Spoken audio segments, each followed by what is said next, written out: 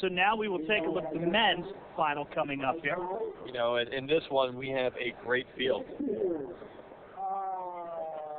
And we take a look at the field right there, and we'll give you the names there. Jamie Carney, Ben Brzezinski, Sergio Gatto, Andy Lakatosh, Mike Schnabel, Josh Kirchhoff, Mike Friedman, and Peter Fitzpatrick.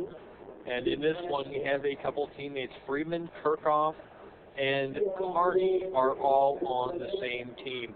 That might play into the final again to see who is going to take on first place prize money of $300. And then again, we talked about the prize money right there, and nice chunk of change for that first place. Not too bad for one race out of the night, right? Not bad at all. And you mentioned these guys will, and ladies will take off around the area and they'll race competitively throughout the weekend. Exactly. Races, right? So, I mean, guys actually live off this. This is what they do. They go around their team days and race. They go around the local criteriums where they can win $1,000, $2,000 on the weekend. They can win a couple thousand here on the weekend at the Lehigh Valley Velódromo. And up and racing about the Lehigh Valley in Pennsylvania and even the Northeast in general is just a hotbed for cycling. So the men will wind this evening down here in the men's Kieran final. And here we go, right in the front again, two Northwestern Mortgage Team riders. That's Carney on the bottom. And right above him, that is Mike Friedman, his teammate and designated like lead-out guy. Once again, they did it in the semifinals. They do it again. This is Carney, Lakatosh, right here. Definitely. Lakatosh and Carney are by far probably. Actually, Ben Barczewski is right there behind him, too. Barczewski's always a strong sprinter, getting ready for the Junior Worlds this year. Lakatosh, Barczewski, Carney. It's a 1, 2, 3. It's going to be tough to call who actually takes the win. That's what makes cycling so interesting. I mean, you can try to call sometimes and something out of nowhere happens. Somebody makes a move. Somebody gets caught behind it. You just never know. There we see Barczewski banging around in the back with Lakatosh. Those two have a long history of racing against each other. I'm just fascinated by the flight control here.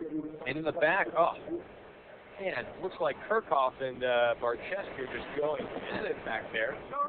Kirchhoff is a teammate of Carney and Friedman, maybe taking Barczewski's mind off the actual race and trying to just knock him around, you know? It definitely looked like that because it took Barczewski's mind off just a second. He was looking like it was a deliberate retaliatory move. Exactly. So, I mean, any focus you lose, fortunately, they're still behind the motorcycle, and hopefully he's in the position he wants.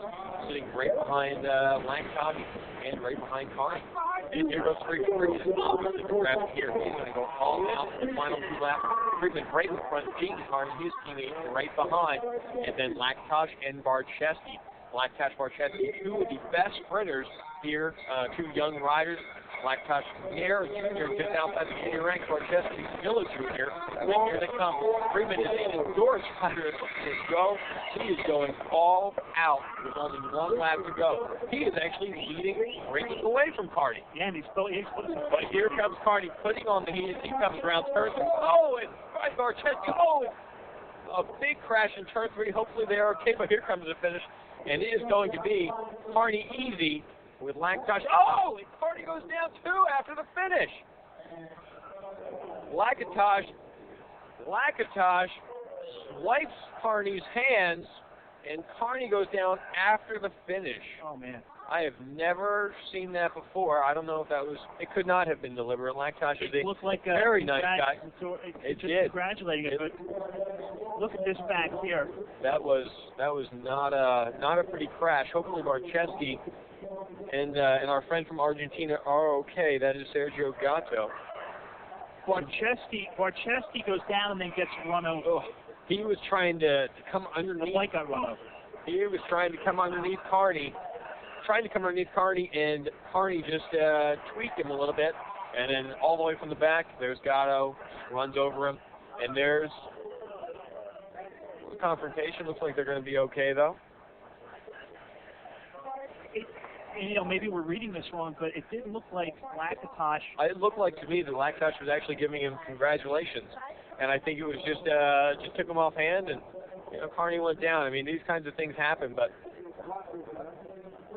Well, your winners, Jamie Carney, Andy Lakatosh picks up the second, and Peter Fitzpatrick picks up the third in this race.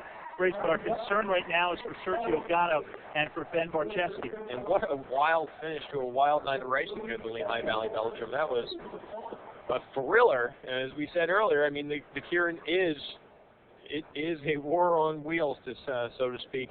Anything can happen in the thing that is the Kieran. And Sergio, you saw the replay, went head first over the bike's front bars. Definitely. Sometimes these crashes look worse than they are. I mean, he landed. You saw that arm. You saw that arm and shoulder. Yeah, I missed that. So a lot of times one of the biggest injuries here at the Velodrome is a collarbone. So we'll wish him the best. Hopefully he'll be back on his bike soon. But first off, hopefully he is okay. And let's see a replay on the ending of the race. I believe this is between Carney and Lakatosh. And here they come. It looks like... Oh, I don't know. Actually, that was... That's your rider not paying attention off guard like that. Not a very smart thing. Not a very smart thing at all. He relaxed a little bit with the wind. Carney picked up his hand, had his hand off the bars, was not expecting, obviously, any type of push from... And I'm wondering if something happened earlier in the race that we didn't see. Unless it had something to do with the Barczewski crash. He grabs his handlebar as he comes around, and he doesn't deliver it. Right there. He pulled it. Doesn't he put himself in jeopardy because that wheel could have went under his bike? And it did. He almost crashed himself, but that's the kind of thing that you cannot do out here. That is just completely wrong. He is going to be fined by the commissaires out here, for sure.